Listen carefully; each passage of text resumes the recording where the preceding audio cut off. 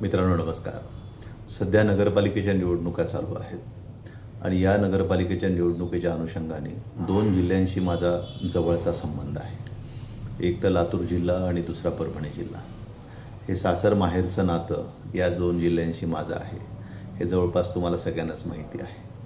त्यामुळे या 2 जिल्ह्यांमध्ये ज्या विविध नगरपालिकेच्या निवडणुका होत आहेत किंवा काही नगरपंचायतीच्या सुद्धा निवडणुका होत आहेत, तर त्या अनुषंगाने आपल्याशी संवाद साधावा असा हा या व्हिडिओमधला उद्देश आहे.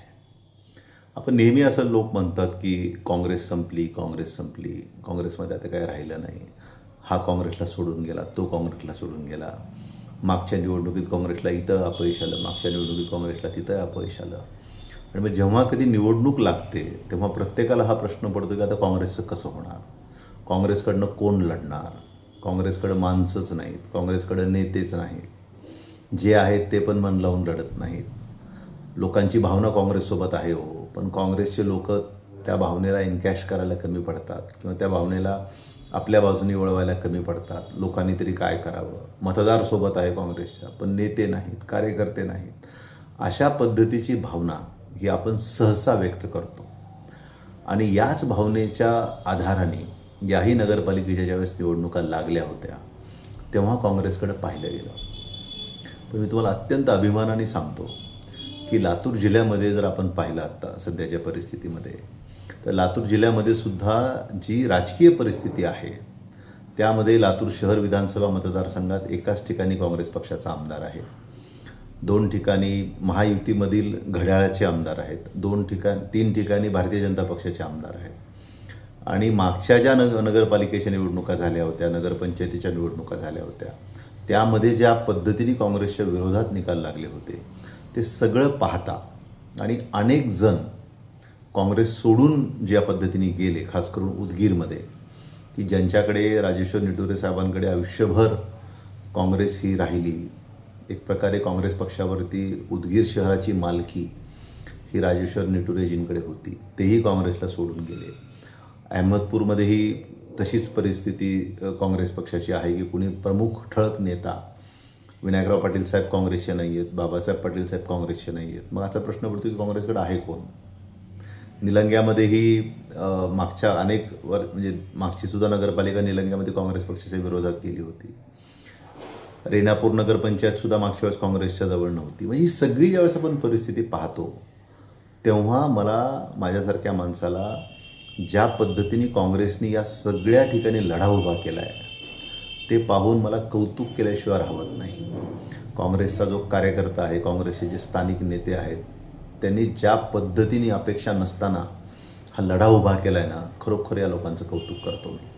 निलंग्याला अभय साळुंखे यांच्या प्रवेशाच्या नंतर आणि मागच्या विधानसभा निवडणूक ज्या पद्धतीने ते लढले, त्याच्या अगोदरची लोकसभा ज्या पद्धतीने काँग्रेसच्या लोकांनी एकत्र येऊन लढली, त्याच्यानंतर निलंग्यामध्ये एक जबरदस्त असं टीमवर्क ज्याला म्हणतो, टीमवर्क, सांघिक प्रयत्न हे जे असतात ते निलंग्याच्या टीमने जबरदस्त केले. मागच्या लोकसभेला 21,000ची लीड दिली, विधानसभेला 13,000 निसटता पराभव झाला आणि आत्ताही नगरपालिकेच्या निवडणुकीमध्ये ज्या एकोप्याने काँग्रेसचे हे सगळी नेते मंडळी लढत आहेत, तो एकोपा खरोखर कौतुकास्पद आहे, मानलं पाहिजे. या लोकांचं जेवढं म्हणून कौतुक करावं तेवढं कमी आहे. आणि पायाला भिंगरी लावल्यासारखं ज्या पद्धतीने शहरामध्ये सगळीकडे अभय साळुंखे जिल्हाध्यक्ष असतानाही स्वतः फिरत आहेत, त्यांच्या सोबतीने जे सगळे लोक आहेत, अगदी विजयकुमार पाटील साहेबांसारखे ज्येष्ठ मंडळीसुद्धा अतिशय खंबीरपणाने त्यांच्या सोबतीने साथ देऊन, डॉक्टर अरविंद भातांब्रे आहेत, पंकज शेळके आहेत, अजित नाईकवाडे आहेत, हमीदभाई तर स्वतः उमेदवार आहेत. पण अशी अनेक लोक, कदाचित एखाद्या दुसऱ्या व्यक्तीचं नाव माझ्याकडनं राहून जाईल उच्चारायचं, परंतु ह्या सगळ्या लोकांचं प्रचंड कौतुक आहे की आज निलंग्याची नगराध्यक्षपदाची आणि खालचे जे नगरसेवक आहेत त्यांची जी परिस्थिती आहे ती अतिशय उत्तम आहे. निवडून येण्याची दाट शक्यता या निलंगा नगरपालिकेच्या बाबतीमध्ये आहे.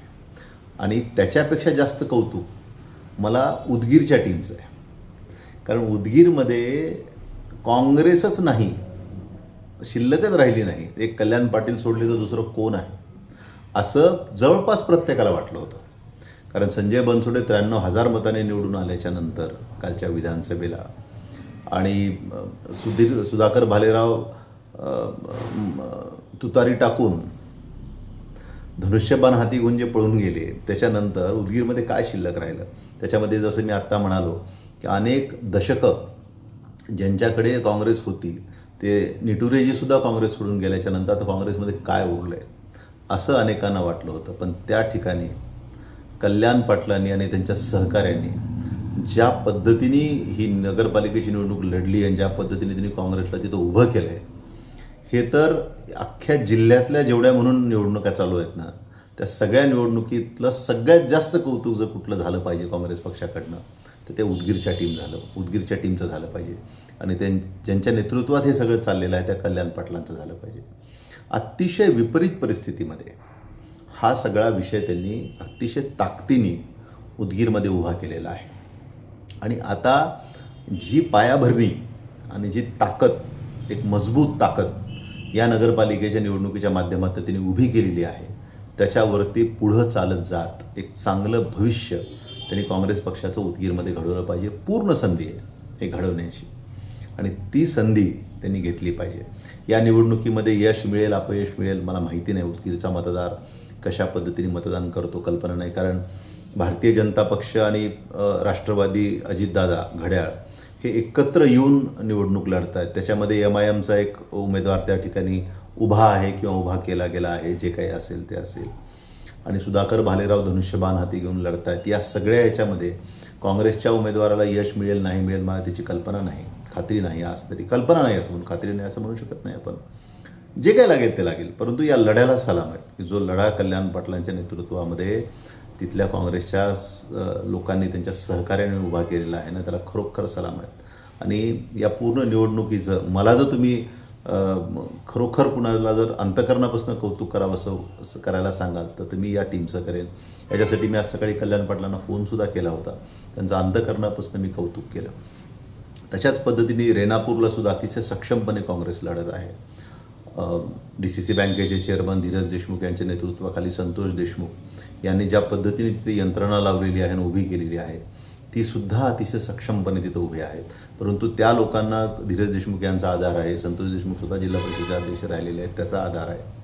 पण उदगीरच्या टीमला खरंच मानलं पाहिजे की म्हणजे तिथं स्थानिकला ना त्यांच्याकडे अभय साळुंखेंसारखं लोकप्रिय नेतृत्व आहे ना धीरज देशमुख यांच्यासारखं नेतृत्व आहे, पण तरीही उदगीरमध्ये अतिशय सक्षमपणे काँग्रेस तिने उभी केली. असंच चित्र काहीसं अहमदपूरमध्येही आहे. परंतु या सगळ्या लोकांचं खूप कौतुक आहे की काँग्रेसमध्ये काय उरलं आहे, काय राहिलं आहे, हा सोडून गेला, तो सोडून गेला, काय खरं आहे काँग्रेसचं, असं सगळं वातावरण असताना यांनी अतिशय चांगलं चित्र या सगळीकडे काँग्रेस पक्षाचं उभं केलेलं आहे. आणि कधीही लक्षात ठेवा, काल रात्र होती, काल अंधार होता म्हणून नवीन सूर्योदय व्हायचा राहत नसतो, आज उजेड पडायचा राहत नसतो. आयुष्य हे पुढच्या क्षणामध्ये आहे, आयुष्य हे उद्यामध्ये आहे. आणि ते जे उद्यामध्ये जे आयुष्य आहे ना त्याचं भवितव्य मला या सगळ्या ठिकाणी काँग्रेसच्या बाबतीमध्ये अतिशय उज्ज्वल दिसतं आहे.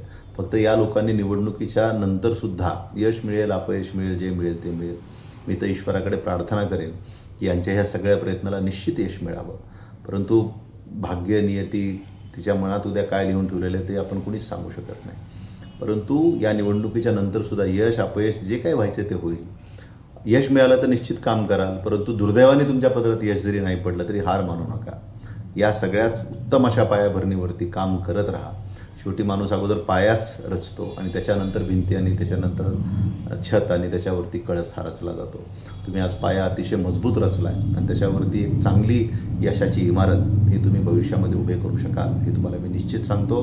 तुमच्या या सगळ्या लातूर जिल्ह्यातल्या लोकांच्या प्रयत्नासाठी, काँग्रेस जनांच्यासाठी त्यांचं कौतुक करतो, त्यांना शाबासकी देतो आणि आभारी मानतो की अतिशय विपरीत परिस्थितीमध्ये तुम्ही अतिशय सक्षम असा लढा या ठिकाणी उभा केलेला आहे. ईश्वर तुमच्या पदरात यश टाको अशी प्रार्थना या क्षणाला मी ईश्वरचरणी करतो. आता परभणी जिल्ह्याच्या बाबतीत जर बोलाल तर फार इतर ठिकाणची मला माहिती आहे असा दावा मी करू शकत नाही. पण गंगाखेडची जी नगरपालिका आहे, गंगाखेड हा माझ्या मूळ गावाचा मूळ तालुका. आम्ही अगोदर गंगाखेड तालुक्यातच होतो, तांदूळवाडी हे जे आमचं गाव आहे. नंतर पालम तालुक्याच्या निर्मितीनंतर आम्ही पालम तालुक्यामध्ये गेलो. परंतु गंगाखेडच्या नगरपालिकेत सुद्धा तिथले तालुका अध्यक्ष गोविंद यादव आणि शहराध्यक्ष युनुस यांच्या नेतृत्वामध्ये आणि ॲडव्होकेट संतोष मुंडे आणि त्यांचे चिरंजीव युवक काँग्रेसच्या आता नुकतेच अध्यक्ष झालेले भाऊसाहेब मुंडे यांच्या सहकार्यामध्ये ज्या पद्धतीने काँग्रेस जनाने लढा उभा केला आहे तो सुद्धा खूप कौतुकास्पद आहे. आज युनुसभाई रेसमध्ये आहे, त्यांच्या पत्नी उभ्या आहेत नगराध्यक्षपदासाठी, त्या निवडून येण्याच्या परिस्थितीमध्ये आहेत. शेवटच्या 2 दिवसांच्यामध्ये जर सगळ्या लोकांनी त्यांना चांगल्या पद्धतीने साथ दिली, सहकार्य केलं आणि हा सगळा विषय जर मतदानापर्यंत ही लोकं घेऊन गेली तर निश्चित गंगाखेडच्या नगरपालिकेमध्ये काँग्रेस पक्षाचा झेंडा फडकल्याशिवाय राहणार नाही.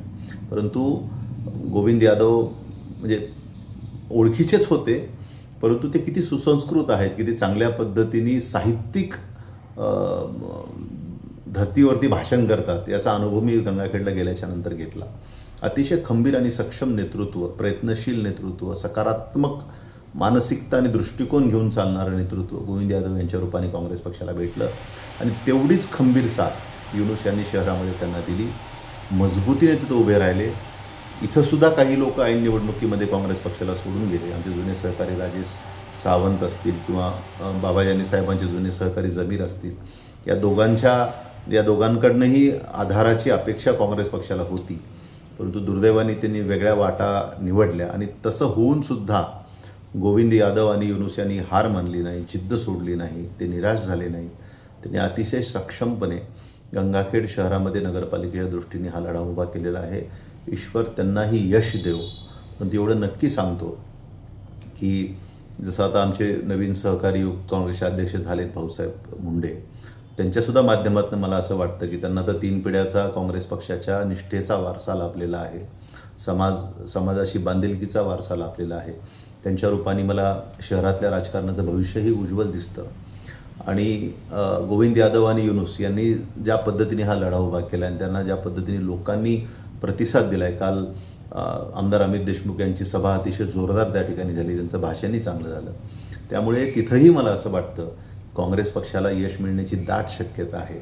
हा जो शेवटचा नशिबाचा, नियतीचा, भाग्याचा कौल असतो ना, आपल्या सगळ्या प्रयत्नांच्या नंतर जो हा नियतीचा, भाग्याचा जो कौल असतो, नशिबाचा कौल असतो, तो कौल या सगळ्या प्रयत्नवादी माणसाच्या बाजूनी पडावा.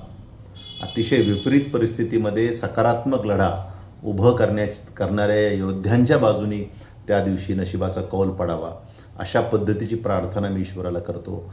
आणि मला विश्वास आहे की ईश्वरसुद्धा सच्च्या अंतकरणाने जी माणसं प्रयत्न करतात, जी सकारात्मक राहतात आणि जी खऱ्याच्या आणि चांगल्याच्या बाजूने उभी राहतात, त्यांच्या पदरामध्ये आपलं माप टाकत असतो.